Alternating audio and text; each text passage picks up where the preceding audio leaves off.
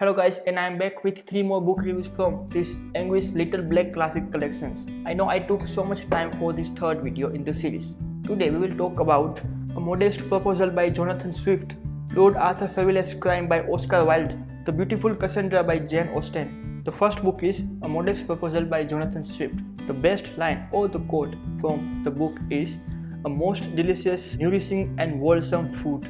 A modest proposal is a short form of a modest proposal from preventing a children of poor people from being a burden to their parents or to the country, and from making them beneficial for the public.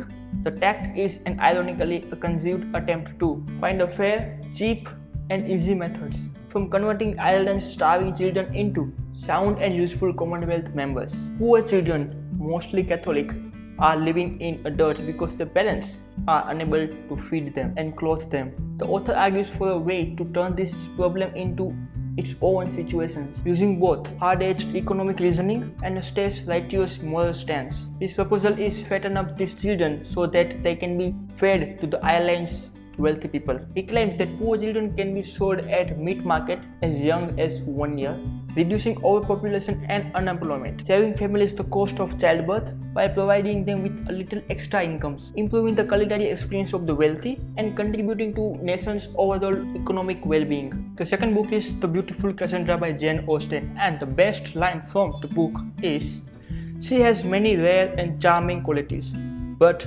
sobriety is not one of them." The majority of people believe that Jane Austen wrote only 6 novels. Fortunately for us, she has written few more novels, though they are very short. When Jane Austen wrote The Beautiful Cassandra, she was only 12 years old. It's a complete and perfect novel in miniature, weighing in 465 words, and it was dedicated to her older sister Cassandra, in 12 chapters. Cassandra tells the story of a 16-year-old girl. After stealing a hat, she leaves her mother's shop to wander around London, eating ice cream without paying, taking coach rides without paying, and encountering handsome ladies and gentlemen without speaking, all in order to return home in 1 hour. This charming edition is edited by leading Austen scholar Claudia L. Johnson and features elegant and edgy watercolor drawings by Leon Steinsmith. The Beautiful Cassandra, Johnson writes in her illuminating afterwards, is among the most brilliant and polished works of young Jane Austen. A precocious work written for her family's amusement, but already anticipating her mature irony,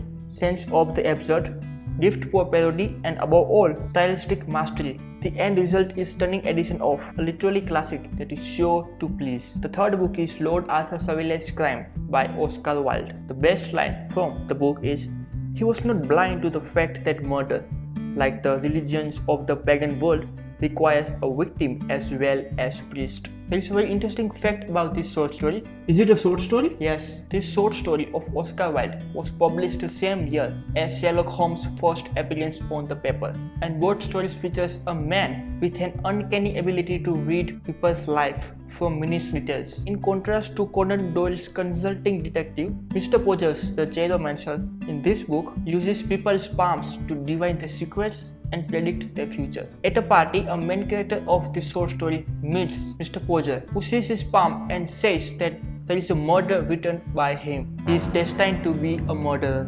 Lord Arthur wants to get married, but believes he cannot, as his impending fate is hanging on him. So he decided to first attempt a murder and then get married to a girl whom she loved, Savile.